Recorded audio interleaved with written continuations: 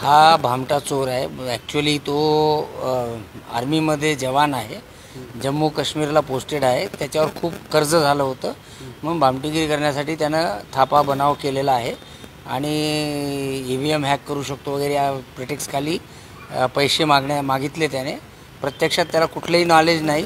तो BA झालेला आहे आणि फक्त त्याच्यावर खूप कर्ज झालेलं आहे.